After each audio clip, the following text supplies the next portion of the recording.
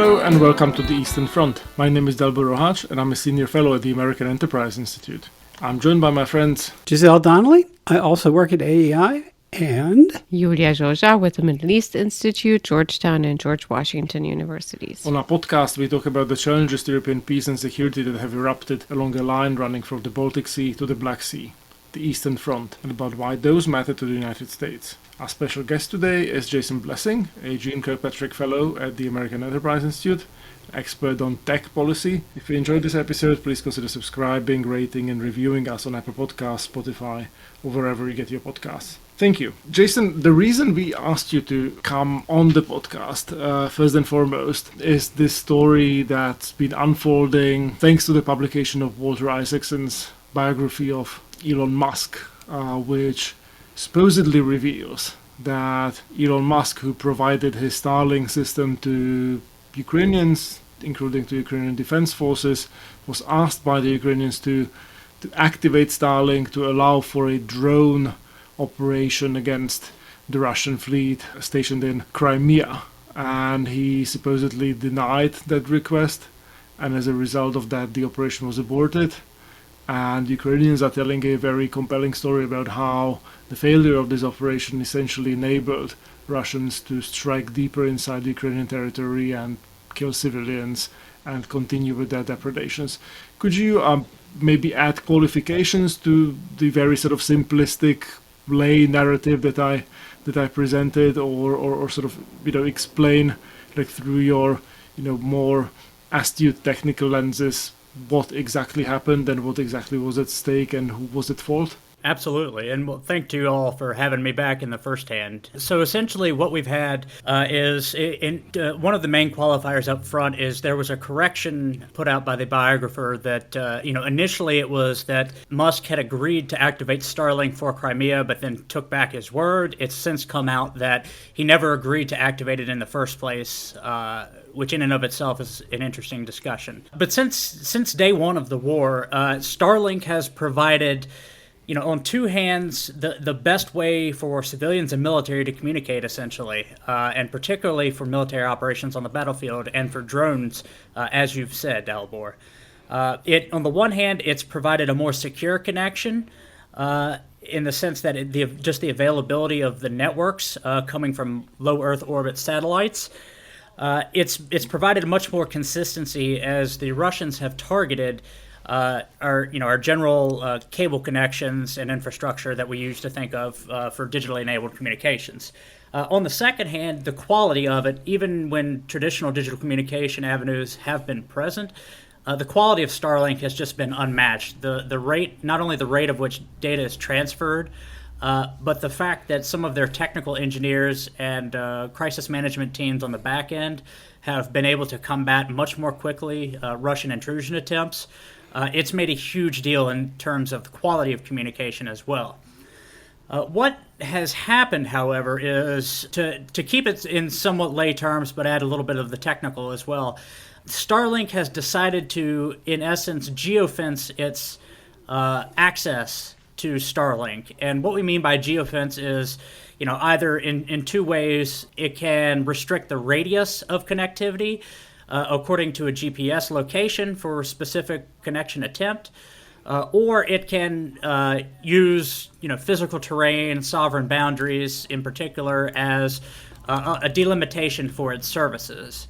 Unfortunately, what has happened in the Starlink situation is not only has service not been provided to Crimea writ large, still sovereign Ukrainian territory invaded in 2015, but it is also, there has been no service provision in the Donbas region at all, which Russia has invaded and is still sovereign Ukrainian territory. So what you have is a private firm with an extremely hierarchical decision structure, where essentially one person, a CEO, can make the decision to digitally redraw terrestrial boundaries, in essence. And so that's where we are. And as such, anytime that Ukrainian offensives are being planned, military planning can't take into account that they'll have communications consistently, and essentially have to ask permission for Starlink to activate service for recently liberated areas. So this is making the war effort in communication and planning much harder on the ground for the Ukrainian forces. Just a couple of follow-up questions, and then we'll turn to Giselle, who I know, or I'm guessing, will have a broader question. But what we've seen in social media, so help us kind of connect the dots here, is that a year ago, when the Ukrainians used maritime drones to attack Crimea, or tried to attack, Starlink went down. And then a year later, just a few weeks ago, they seem to have been able to use drones, maritime drones, to attack Sevastopol and affect those two naval capabilities, the submarine and the ship, on the docks in Sevastopol in Crimea. But people were talking about how at that time, during that night, again, Starlink went down. So can you help us understand all of that? So I would say there's at least two explanations for Starlink going down in that situation, or three. One is it's possible that decision makers at the company decided to take it offline at that point in time for fear of, as has been publicly stated, fear of escalating the conflict. That's one possible avenue. Another possible avenue is that it was a Russian disruption. Just because Starlink has been by far more effective and more timely in combating Russian intrusions and attempted outages doesn't mean it can't work. The third possible explanation is that service just gave out because it was at that point in time what Starlink had decided was its area of coverage, weak coverage, and or limitations. If you get past geofencing, isn't exact necessarily to a certain degree. You can't. It's hard to draw a firm line and say now I've got service, now I don't.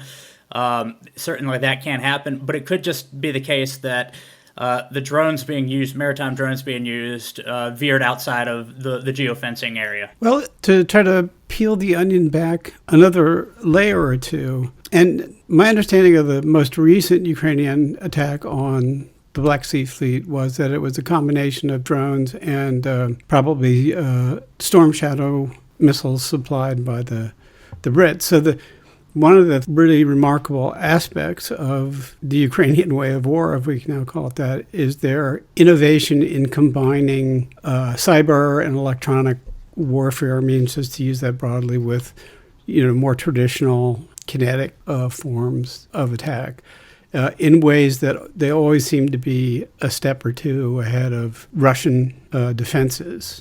Jason, do you think that's a fair read of the situation, or is that just my pro-Kyiv bias coming to the fore? It might be a little of both. I would say one thing that's been phenomenal is, to a certain degree, we've seen the public diplomacy that's been taking place digitally. That is certainly novel. If we want to talk about the use of cyberspace, but not necessarily creating cyber effects, you have to count that in. On the other hand, a lot of what we've seen is traditional military communication using digital means. That hasn't changed. Just the fact that it's taking place across a satellite connection instead of a cabled connection, that's a slightly novel twist as well. But, that's a logical extension of existing practices. I think what has been the biggest advancement in using cyberspace, at least within the capacity of the Ukrainians, is that cyberspace has been used as an enabler, much more so than a force multiplier. And so what I mean in that sense is the Ukrainians don't necessarily have the capacity to, it takes a lot to coordinate an offensive cyber effect to essentially pop the adversary's network, take their lights out, turn off their eyes and ears, and then move in with, armored vehicles. That's extremely complex. The U.S. hasn't mastered that we know of, and if that's the case, then a military that is much less technologically capable, it's unlikely. But what has been very interesting has been the usage, and in this case particularly of Starlink, the usage to increase situational awareness and integrate that into its military planning. So the fact that they've been able to link drones up, not only for drone attacks, but really to increase knowledge of Russian positions, where defensive fortifications are, that ability to process and integrate that information, I think it's not a surprise. That's all militaries want to do that, but I think the efficacy with which the Ukrainian military has done that and utilized Starlink in this instance, but low Earth orbit satellite network provision to do that combined, I think that's what's novel about this situation. I would particularly like you to talk a bit about the use of small sort of disposable drones by the Ukrainians, but just before we let the previous conversation go completely, I was thinking a lot about the Ukrainians' ability to get a video clip up really quickly after one of these more spectacular strikes, which really suggests that this is a part of the way they think and a part of the way they plan.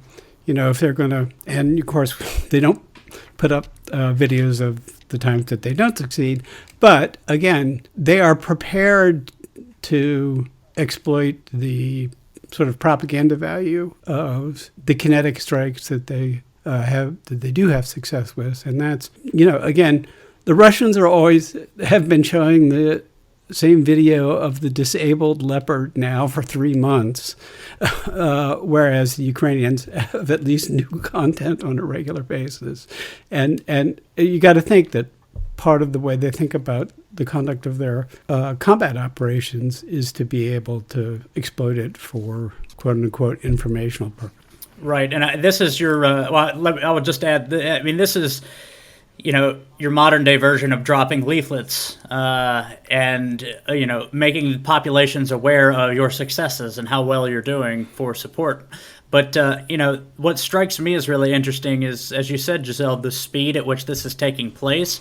It indicates to me that not only is this a concerted effort, but they have someone that is working on public communications within their military planning to really, this is part of their war plan, essentially. And to add to that, I have to say that the Twitter or X account of the Ukrainian Ministry of Defense is one of my favorites. The things that they put out are really well done and full of humor, etc.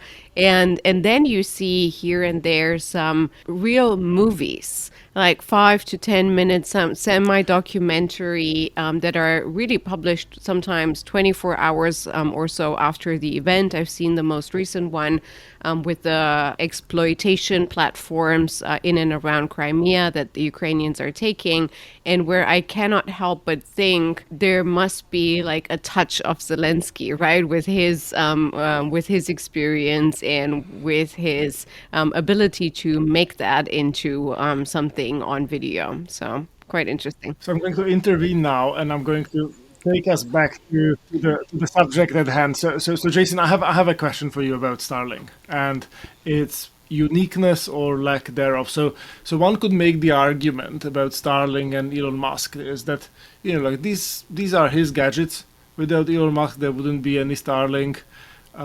He's the master of how the system is used. He can switch it on, switch it off, allow this actor or that actor to use it or not at his discretion. Ukrainians are caught in the middle of it. I mean, that's tough luck, but ultimately it's a private enterprise. He's in charge. Now, accepting this premise, I wonder, to what extent is the Ukrainian reliance on Starlink accidental, and to what extent it just reflects this sort of new way of warfare that could be actually extended, applied, to other militaries. Like if Poland had been waging this war against Russia, being on the defense, would they be also relying on Starlink, or would they have other systems? If we were with Taiwan in a war with China, would we be also relying on Starlink or not? Or are there other sort of systems in place available to us to have the same degree of security of communications and same degree of quality of communications or not? Because if not, it's not so much an indictment of Musk per se, but rather of the fact that we should probably be thinking of building infrastructure of this kind for security purposes away from the hands of sort of mercurial billionaires. So that's a really interesting question, Dalibor, and I think to take on the first hand, I don't think it's accidental that the Ukrainians are relying on Starlink. If you look at the way that at least even initially as the war unfolded, the digital dynamics at play. I mean, you had all the big actors in there, Microsoft, Amazon, what have you. The fact that they're in the play as well. And not only that, but, we helped train up the Ukrainian operators and digital infrastructure for years prior to the big invasion. So it's not necessarily for a lack of other options. I think the difference in Ukraine versus, even Poland to some degree, but if you think about other countries, it's just the breadth and the quality of those existing options, right? U.S.-based encryption is going to be a lot stronger for its military communications than Ukrainians. That's just a fact of having more technological prowess. So, in the theoretical, I think if, hypothetically Poland were in this same situation and you had, let's say the Russians were targeting communication infrastructure the way that they have in Ukraine, on one hand, I think we'd see less of a broad distributed effect since Poland has been part of NATO exercises, NATO training, very close partnership with the U.S., etc. They've just got a little bit more robust of a defensive base. But if communications were to go out, I could see a situation where they move to Starlink. Now, the problem is it's not just Starlink, it's the move is away from our, essentially undersea cable-based digital infrastructure to satellite-based infrastructure. And right now it's, I'm not defending him by any means, but we can beat Musk up all day long, but at the end of the day, it's a market issue. Because Starlink has the ability of being the prime mover and the first past the post to really develop at scale and at low cost, low Earth orbit satellite for, internet communication. The problem is that there aren't any other providers. And to go, or, if there are, they're small enough not to make a dent into a large country that needs broad connectivity and reliable connectivity to have breakthrough counteroffensives. So the issue is more that there aren't reliable options on the market for this specific service. And so going forward, I think you're 100% right. Not only does, the U.S. government has a place where it can develop this capability within the public sector or public sector subsidiaries, but it's also needs to incentivize the development of more private sector actors in this. There's a whole nother discussion, which is sort of outside my expertise about, whether we could start to get satellite crowding, but we don't have that issue right now in low Earth orbit. Actually, some of the things I've read suggest that we're getting close to that. First of all, the Starlink constellation is many thousands of satellites, and they put a couple up, like every week, or something equivalent to that. So to replicate that or to compete at that scale would be an extraordinary investment for everybody. And these orbits are not, it's possible to run out of space. It might be a good idea to sort of remind people some of the basic facts about the Starlink constellation.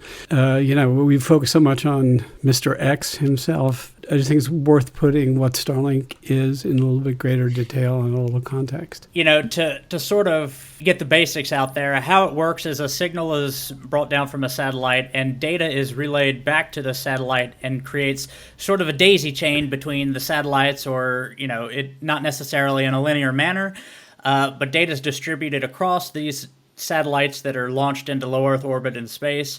And just the way that they have managed to do it is they have launched these pretty quickly, so there's a lot up there, which makes the distribution of data a whole lot quicker. Can you also just give us a primer on satellites and or communication satellites and their orbits? Like what defines low Earth orbit or geostationary orbits or all the kinds of orbits that satellites are? So, full disclaimer: I am not a space guy, but I will say, low Earth orbit. It's in a closer proximity to terrestrial Earth than some of the further out satellites, and that means they serve a little bit different of a function in what they intend to do, and how quickly they can work to some degree. And the types of data that they can capture. So if you just think about, you've got the ground as a spherical Earth, and then, sort of an outer ring about that. If you just think about concentric rings, these different layers of atmosphere around the Earth, they're satellites at varying degrees. And depending on where they are and what they're doing, depends on the data that they can pick up and what function they can serve. So this low Earth orbit stuff is just sort of the closest ring around the ground. Thank you, Jason. We appreciate this tour of space. Now, back to planet Earth. I want to, before, and I promise then I'll be done with Mr. X, but I want to ask one more thing back to Ukraine and Starlink, and that is, for over a year now, we've had conversations about to what extent exactly what Dalibor was referring to earlier, this control that one person and a private entity has over warfare is not the right combination. And so the question basically is, what can be done in this case? We've seen, I think it was 3 senators with an initial question to the U.S. government, and specifically the Pentagon, who's been in a direct relationship with Starlink, including a financial one in the case of Ukraine, asking whether Musk had an individual direct role in saying no in the case of Crimea. So with that combination in mind, can you help us understand what can be done from the Pentagon side, and maybe what should be done from the U.S. governmental side in order to ease a little bit this relationship between Starlink and the Ukrainian government, to be able to help the Ukrainians pursue their defense of territory? Sure. So I think the one of the main problems with the Starlink in Ukraine is that it happened very quickly. And there's a second part to that that'll help hopefully address the rest of your question. So when provision of Starlink was initially provided to Ukraine, the Minister of, I believe it's Digital Affairs in Ukraine, reached out over Twitter to Elon Musk and essentially says, hey, please give us Starlink. We need to connect with each other and contact, we need to know what's going on in our own country. 3 days later, you have Starlink on the ground, and at that time, free of charge. And that was a game changer, not only for for Kyiv itself to communicate within the capital, but also out to other cities and out to its troops in the field. So it happened very quickly. So that's one aspect. The other aspect is that Starlink has classified its technology as purely civilian in nature, not meant for wartime. And because of that, it didn't have to go through ITAR restrictions for export restrictions for dual-use technologies, since it was classified only as a civilian technology. The problem is, as soon as they provided it to Ukraine, it de facto becomes a military technology when the military is using it on the ground. That is something the folks at Starlink just seem to ignore. Now, the problem when you combine those two things is that, yes, the correct policy and legal route to an extent is to, now at this point, Starlink should probably be under and be classified as dual-use technology under export and defense export ITAR restrictions, whatever. But the other problem is the U.S. government, DoD in particular, doesn't move as fast as the Ukrainians need it to. So we have those two problems, and because the technology was not subject to, military export regulations, where in this case the U.S. government would have much more say over how and when that's delivered and the conditions under which it's used on the battlefield, which would have ameliorated the issue. Instead, you've got, again, the head of a company who's basically deciding on a whim whether and how and when to provide service or not. So it's got to, in some degree, it's got to be funneled through the U.S. government, but that's that's a little bit harder to actually materialize. I would just also, not to be too sympathetic to Elon. However, I mean, this has been kind of a persistent problem for the leading technology companies for quite some time. These companies, if I could just use shorthand terms, were created and exist in an American security vacuum, yet they play in global markets. I mean, and this is perhaps an indicative case. And all the leading companies, from Apple to Microsoft to you name it, have been really reluctant, first of all, even to do business with the U.S. government or the Defense Department. And secondly, to try to preserve their ability to operate, particularly in China, but also in other less than fully democratic countries. And again, this is kind of an issue that's never been fully resolved. Certainly the U.S. government and the Defense Department are not willing to pony up the money up front to pioneer and maintain control of the technologies involved. So, Jason, is this kind of a leading edge indicator of something that will be a continuing or even growing problem in the future? Absolutely. And in this case, I mean, you're right. And I think one of the big differences is, Microsoft and Amazon do have contracts with DoD that are, not as lucrative as a lot of their licensing agreements that they have with others, but it's a hefty contract. And that's business they realize they probably don't want to lose, right? Because if they get out of the game, there is going to be someone else, one of their competitors will step in. So that is, the public market is an important market for government public sector. But I think it's, unfortunately, the problem with Starlink is indicative of two broader issues, one of which, it's not, I mean, both of which really aren't a cyber problem in the first place. It just happens that it moves much quicker on the technological side. One is that there is a vested business interest. Firms exist to make money, to sell products. And there is a vested business interest in keeping these operated in countries that are, let's say, less than friendly to the United States in a national security context. So that is something we have to grapple with. And, if we're not in an active wartime, you can't necessarily nationalize, these companies a la World War I or World War II. That's just not going to fly. I mean, the other issue is that you start to get at, and I know we've talked about this in other formats, but it's an issue of public sector demand, right? The government doesn't, as you say, they don't want to pony up the money up front to, have some proprietary stake in these technologies to maintain these contracts that would incentivize these companies to, it would be wonderful if we could say, private sector, here are democratic values that you should use, your products should be distributed and used according to, have fun. Unfortunately, that's not how it works. And so it's particularly bad in the case of Starlink because, A, there's a legitimate, to some degree, monopoly over the satellite communications link up there. And on the other hand, the government just isn't providing the spending or the vision for that spending to what they would even want to do with this. So it's the problem's actually worse than you made it out to be. So in other sectors, you have, a similar setup, right? Like people want to do business in China, whether they make toothpaste or are in financial services. But there are situations in which governments can step in and say, we are going to take Russia off SWIFT. We are going to, impose financial sanctions.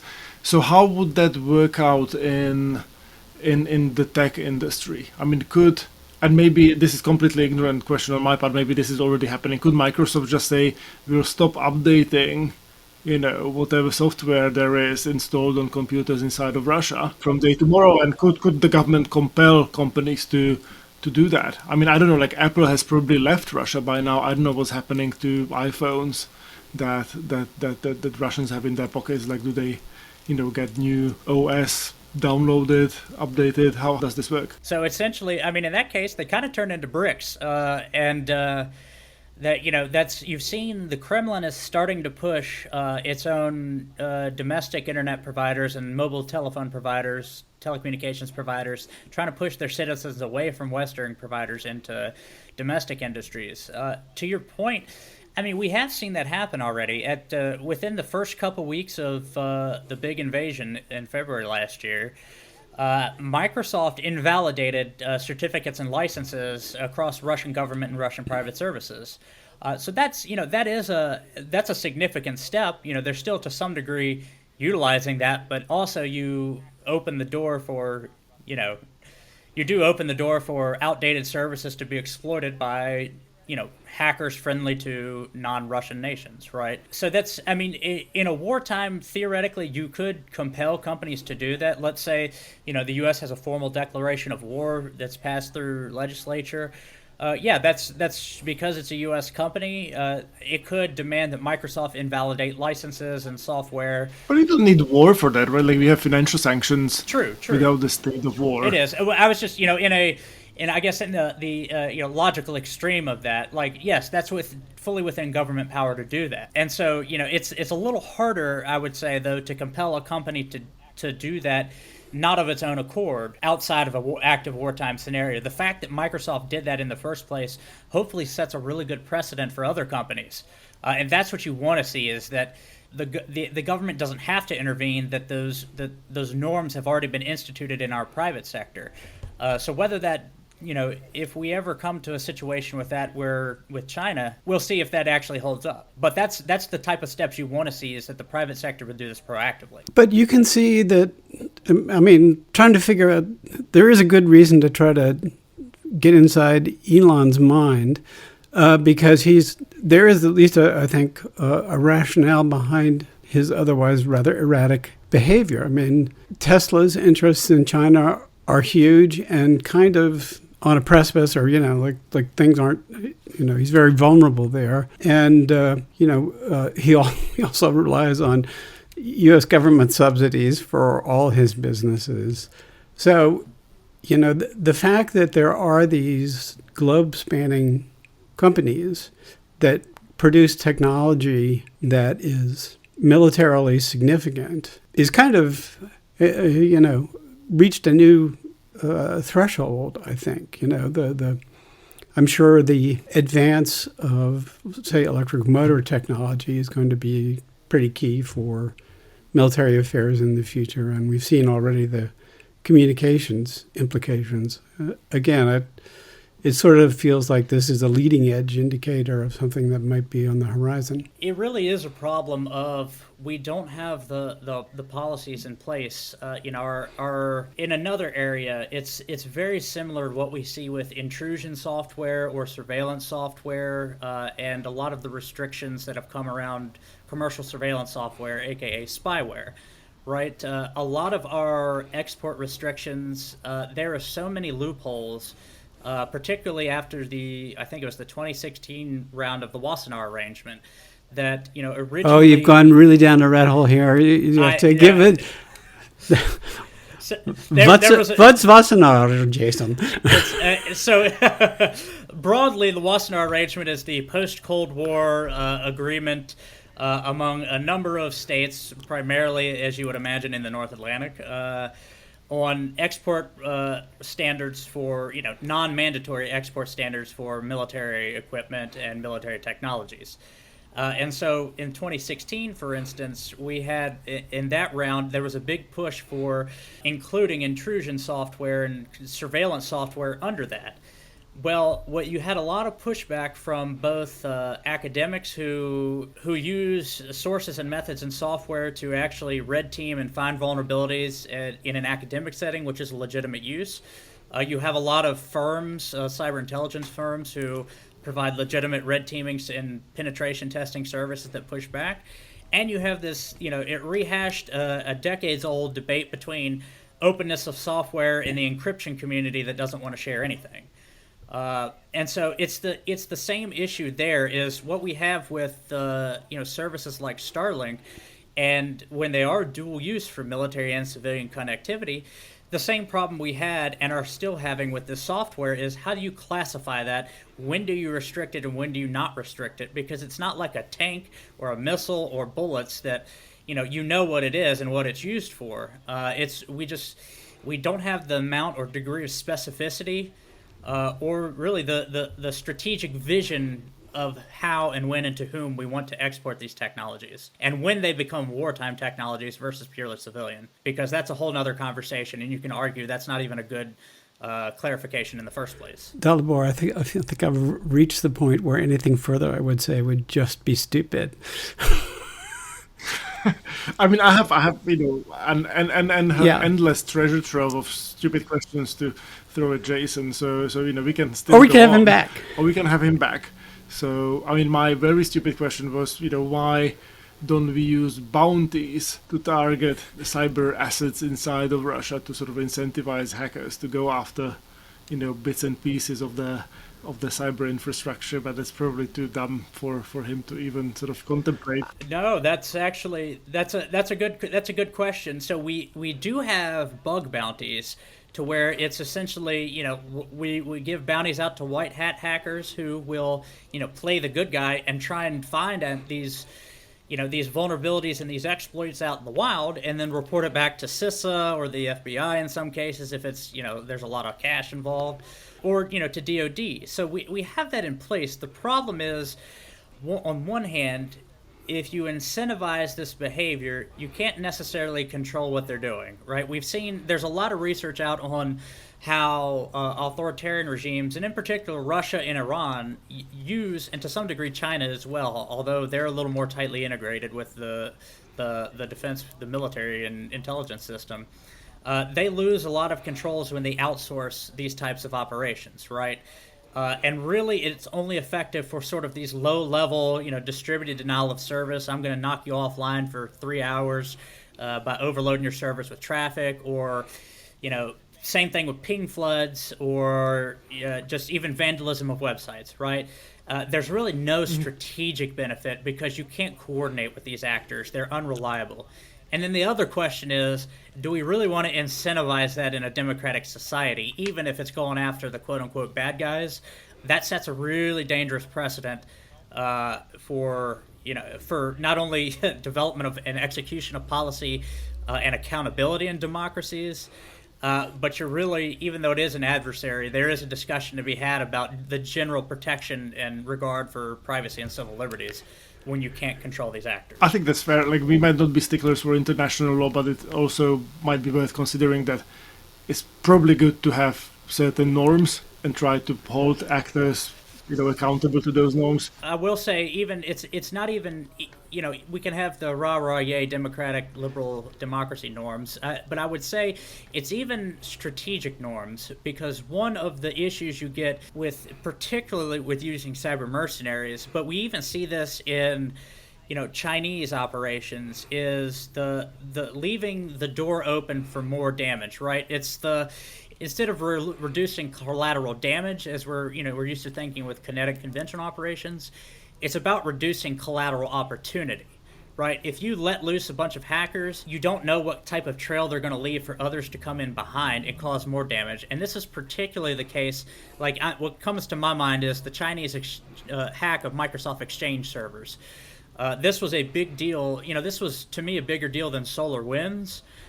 Because we got pretty lucky in this regard. The Chinese, as soon as the Chinese operatives found out that they were caught, they hacked anything and everything, leaving back doors open. And you can only guess. I mean, it's reckless. And so you can only guess who could have come in behind them with, their own agenda, or, a much less discriminatory agenda. Ransomware criminal groups, for instance. So it's about reducing the collateral opportunity for adversaries to come in and come through back doors. And so that, even in that case, yes, we're a democracy, but we don't want to leave that strategic vulnerabilities open. We're reaching some sort of Pirates of the Caribbean territory here. I'm really... I was going to say, there is a terrible argument out there about cyber letters of marque that I won't even humor, but I just thought y'all should know it's out there already. Well... as a student of 16th century war making, all my buttons are getting pushed here, I have to say. On that note, Jason, thank you for this education. This was brilliant. From me, Dalibor Rohac, And for me, Giselle Donnelly. thank you for listening to The Eastern Front, a podcast dedicated to security challenges that have erupted along the line running from the Baltic Sea to the Black Sea. You can find more episodes and additional content on our website, aei.org, on Apple Podcasts, Spotify, or wherever you get your podcasts. Please do get in touch with us on the platform formerly known as Twitter using the hashtag EasternFrontPod, written as one word, and don't forget to sign up for the Eastern Front's newsletter through the link included in the show notes to receive more content from the Eastern Front. If you enjoyed this episode, please consider subscribing, rating, and reviewing us. Thank you, and goodbye.